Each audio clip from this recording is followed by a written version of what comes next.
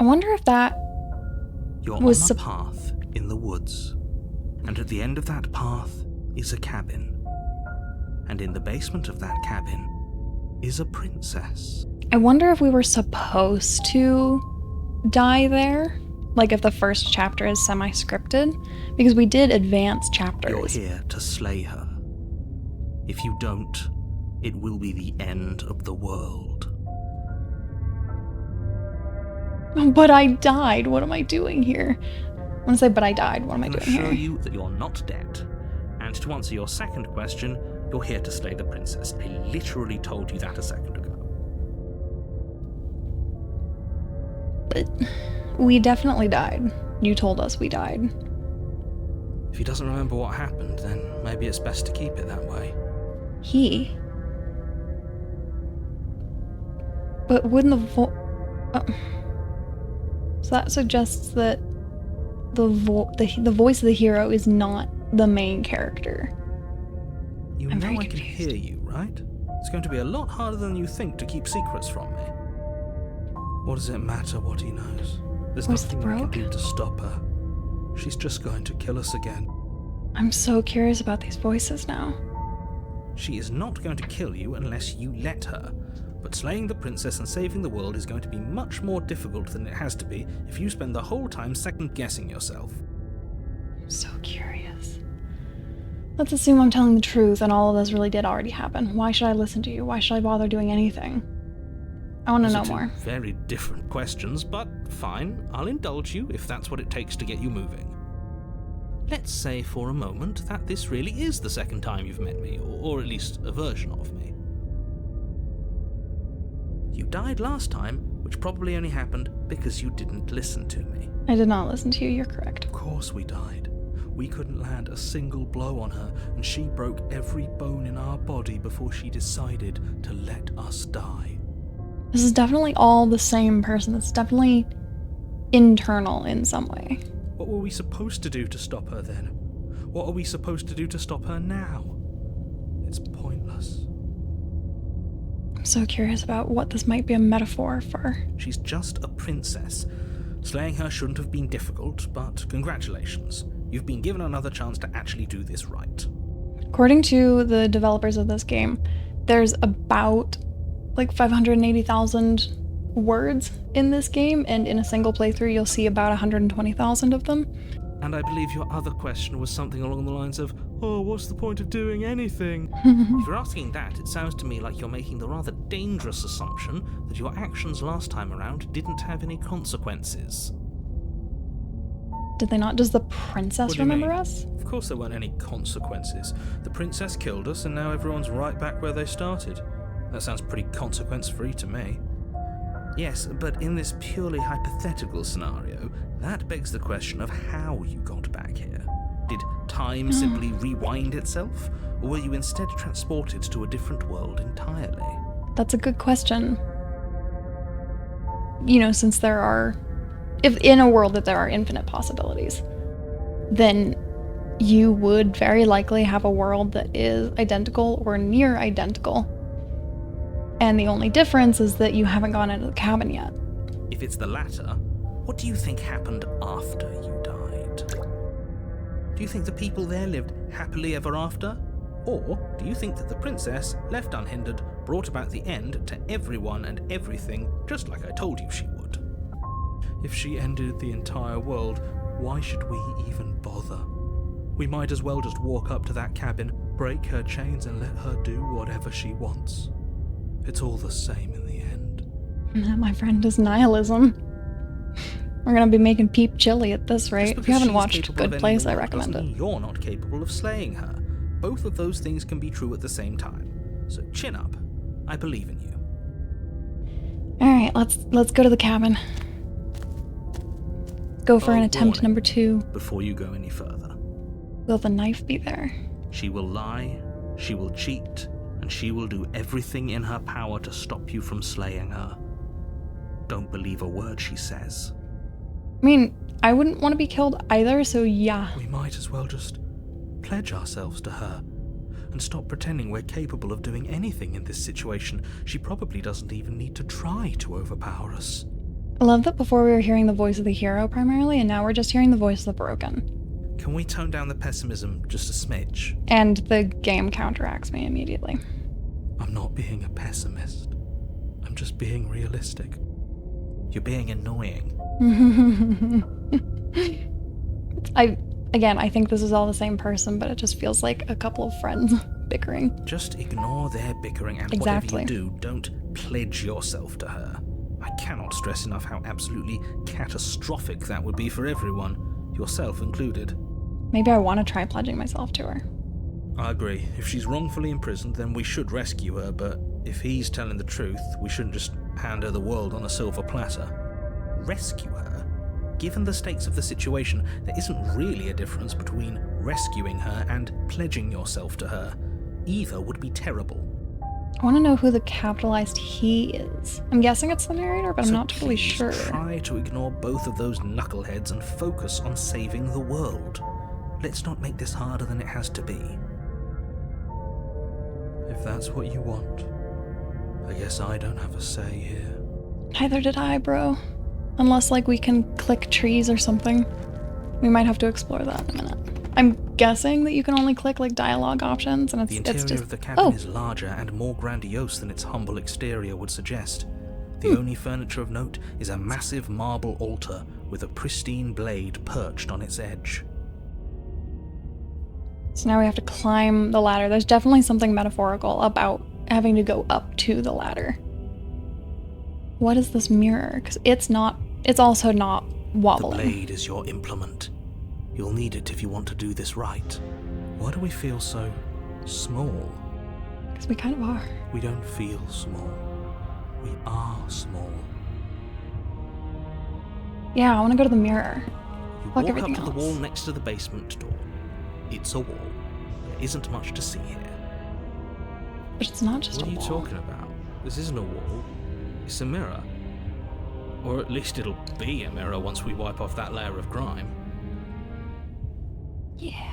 You reach forward and rub your hand against the cabin wall. I hope you know how ridiculous you look right now. We should count ourselves lucky. Some things are better left unseen. I bet we're a cute monster. Whole cabin is different than last Maybe time. that's I want to because check you that out. haven't actually been here. I hope this means you'll finally drop that ridiculous past life nonsense. You haven't died, and you certainly haven't been killed by the princess. See, this is what I would have expected instead of just a cabin. Alright, let's... let's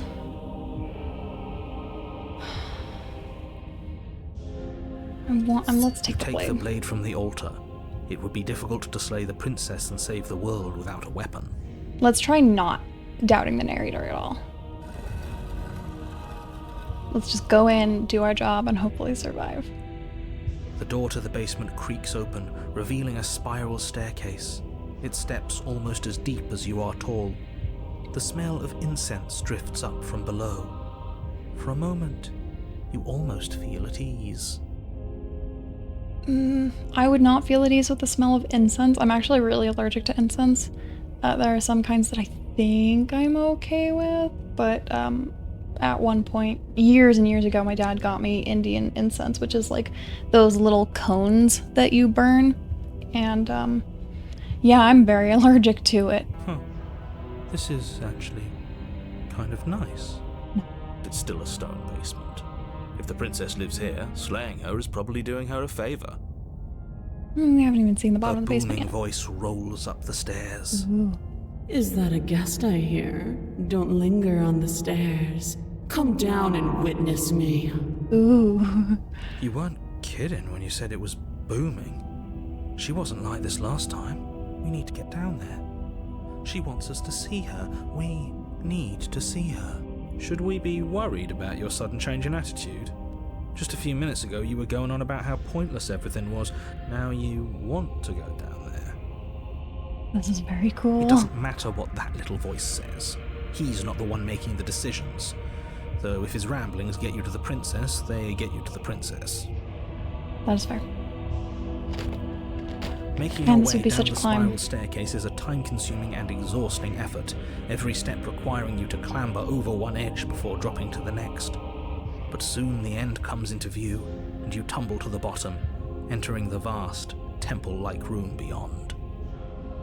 I love how it goes from, like, princess in a cabin and semi-normal conversation to this very abruptly. The princess towers over you, almost glowing in the weak starlight, her figure framed by a stained glass window. Her long hair billows around her, and a chain binds her wrist to the far wall. Alright, that's sick. The chain is nothing to her. It might as well be a toy for all the good it would do. I told you it was pointless to resist her. The little bird has returned to me. I wonder what he wants. So she does remember us. You brought that knife again, even though you know it's useless. Such charming audacity. Drop it.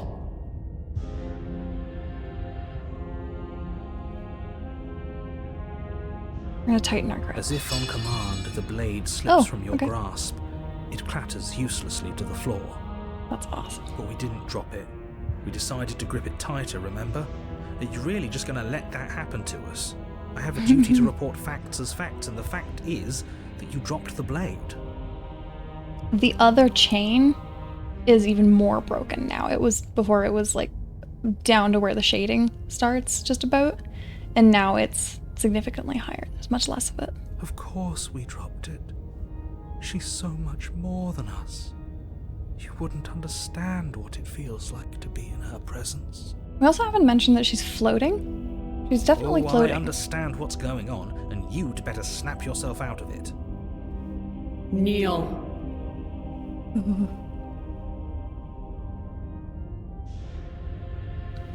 Defy authority. Oh, are you still trying to defy me? I said kneel. Your legs buckle, and your knees hit the floor. That's my good little bird. Now, awesome. Why don't we talk? The last time we met, you told me I was destined to end the world. That thought wrapped itself around my heart. It has pulled at me since the moment I squeezed the life out of your broken lungs. I could feel its fundamental truth awaken me. Oh, that's awesome. The collapse of the old is a necessary prelude to the birth of the new. And the world as it is now is overdue for alterations. I feel like she wouldn't really have much perspective on what the world is since she's been locked in here for quite some time. It's time for me to seize my destiny. And you, little bird, will help me seize it. Well, that gives away the game, doesn't it? It certainly does. And beyond that, it more than lends credence to our conversation in the woods. I don't love the thought that in some other reality you failed to destroy her, but what's done is done. I can only hope it helped you learn a valuable lesson. You are the only one who can deal with her. Why? And if you don't, well, she's let you know what will happen, hasn't she? How, at this point, are we even supposed to deal with her? You trusted us with her destruction. She is inevitable. Can't you feel it? He's being melodramatic, but he's not exactly wrong, is he? What are we supposed to do to stop her?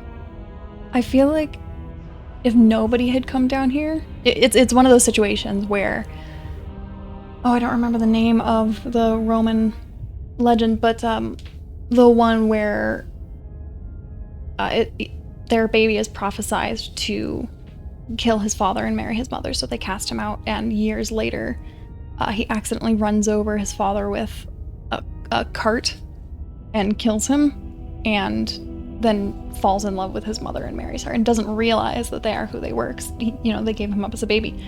It's like we've stepped into our own destiny here by coming down to her in the first place. Like, if we had just left her to rot, then maybe none of this would have happened. Maybe she wouldn't have gotten out. She would have just died down here. But she also mentioned before that she had kind of thought she was forgotten at that point, which suggests that she hadn't been fed in a while. And yet she was still alive and well. Okay. First things first, you're going to have to stuff those pessimistic thoughts someplace far, far away and commit yourself to what needs to be done. The music is very nice in this game as well. The stakes of the situation should be perfectly clear to everyone now. And if you're going to save the world, you have to have faith that you can pull this off. You can't win a battle that you've already lost in your mind. He is not wrong. I have questions. Know the limits of your privilege, little bird. There's an empty place at my side for you to fill, if you'll have it. But it is not a place for an equal. It is a place for something worthy to be kept. A priest, perhaps, or a pet.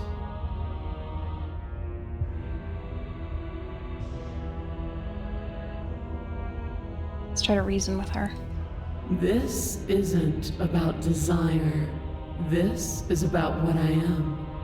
And I have little interest in discussing destiny with one that cannot see the divine truth that shines in my heart.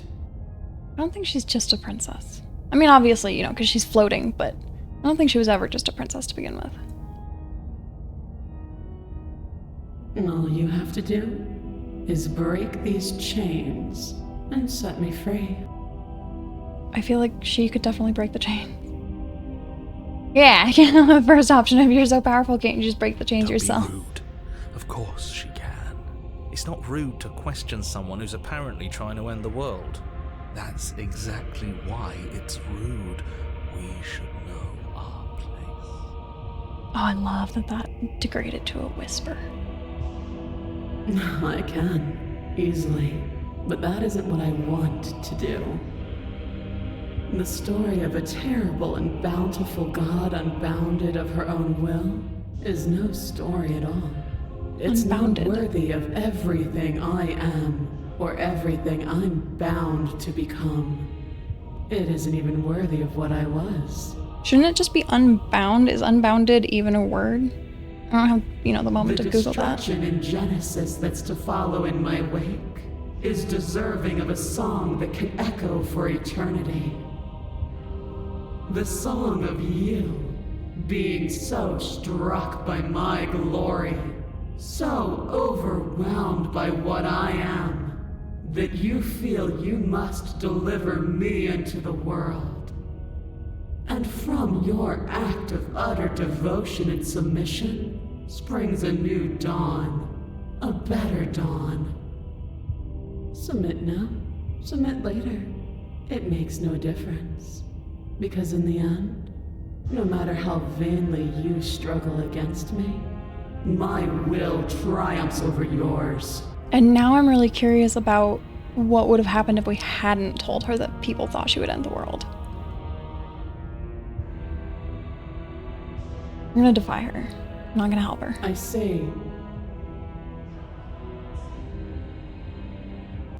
Perhaps you need another lesson in submitting to your betters. Pick up that needle. Do it. It's what she wants. No objections here. Don't know what she's planning, and I don't like that we don't know what she's planning, but we might as well pick up the blade. As your eye falls on the blade, you feel a weight. Some divine hand that sits unperceived by your senses, but that manages to push you towards its desires like an unseen puppeteer. I love that. Oh, we don't have any options except to pick up the blade. Like, we could say, why? What are you gonna try and make me do with it? Or I'm going to kill you. Or you're not kidding about that divine hand. Who's doing this? Is it her? Is it you? Or we could say no, but the only one that's we're getting a choice on is picking up the blade. I wonder if in other playthroughs we could potentially choose other options, but for now I guess we're gonna Reach pick it up. forward and grasp the blade. Stand. This one's easy. See? This isn't so bad. Okay, yeah. We can do that. We were probably gonna stand anyway. They're all wary. You can feel a creaking tension between body and will as you slowly rise to your feet, like two foes forced into an unhappy truce. The princess eyes you with soft contemplation. The moment seems to last a lifetime, the silent anticipation of what's to come dragging out the long, painful seconds. But all silences are broken eventually. To define me is to claim we stand on level ground. We do not. You are quiet shadow, while I am brilliant radiance. Her crown has changed. Not from, when we first came down here, but from the first time we came down here. Take that knife in your hand and slit your throat. What? You don't have to listen to her. You're armed. Just steel your nerves, step forward, and end this. Oh, I love that you only get one choice, but you don't know which it's gonna be. Oh, we'll end this all right. Your hand lifts the blade and brings it towards your throat. Okay, I apologize for the unclear language. End her. We don't get the choice to resist. Oh, I love that.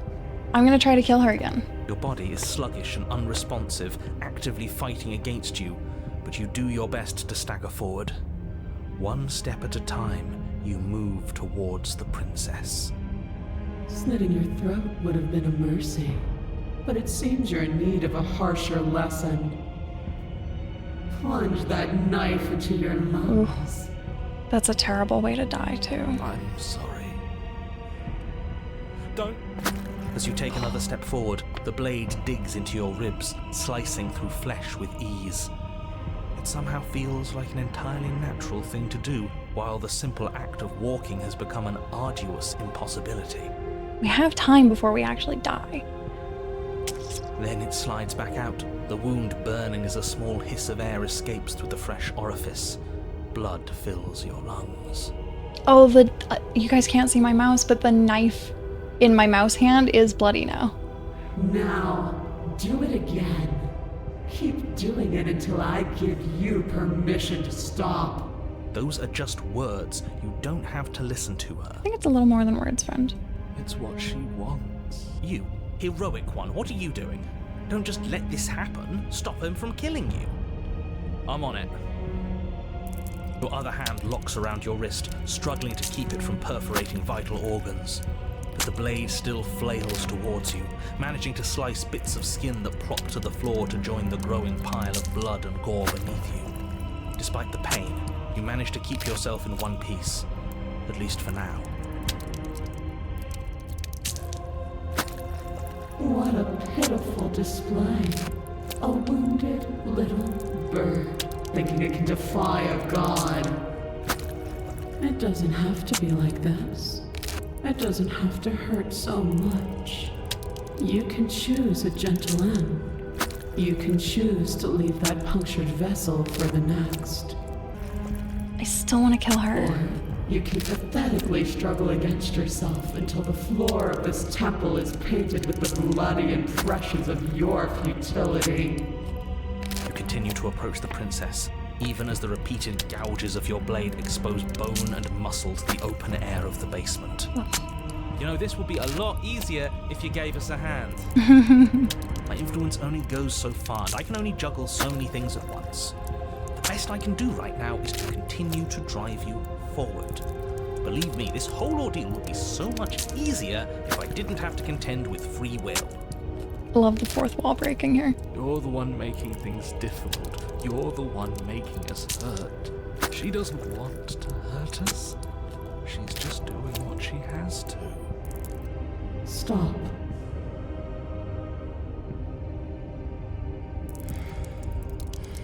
As you finish crossing the room, you fall to your knees at the princess's feet, your chest heaving as your blood pools in the crevices of the stone floor, the coppery taste coating your throat.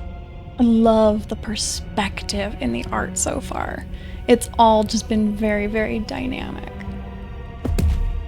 The princess kneels down, lifting your chin with her finger as her face lowers to yours. And that, I know this is all digital art, but they have, the impressions that it's painted with ink. Your devotion is misplaced. You've surrendered to delusion, but something about your defiant spirit speaks to me. You are different than you were before.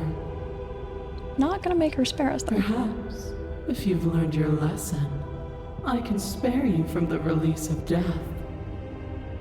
That's a little demeaning, isn't it? Yes, how thoughtful of her. It's a mercy. Take it.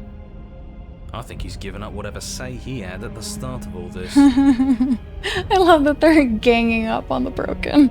At least one of you is sane. She's within striking distance, and she's only negotiating now because she knows you have what it takes to put an end to her. Seize the moment before it's too late. We're gonna try. We're gonna kill her. Yes, though your body trembles, struggling to defend itself in the face of the princess's overwhelming will, you finally manage to break through, darting to her side before she can react. The wind of your freedom rushes through you, and you Alright, we're channel into tiny. a decisive blow, stabbing into the soft flesh of her ankle and severing the tendons in an act of unyielding defiance. Forgot about that. She falls to the floor, gosh. crashing unceremoniously to her knees. That's normally, you see gore, but you never see, like, people never draw or depict the internals of someone unless it's just like their guts spilling out. Seeing bone there is unusual in media. But you don't give her any time to recover.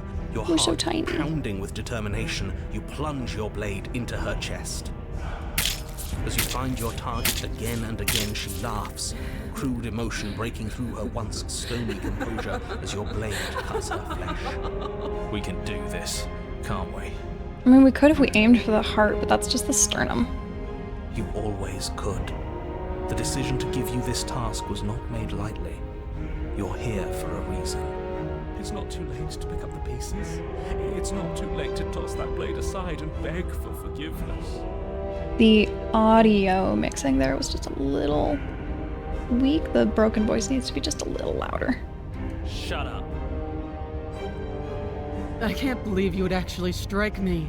You heathen! Oops! Before I you didn't can mean to strike skip the that. final blow, the princess lashes out, knocking you off your feet. It automatically switched to the next dialogue, and then I clicked to switch it manually, and just the timings worked out poorly. I apologize for that. All I know, she's mad. There's an unsettling wet pop as your spine breaks, numbness and pain spreading through your body. As you rebound towards the ceiling in a moment of disorientated lightness, she drives her fist into your chest.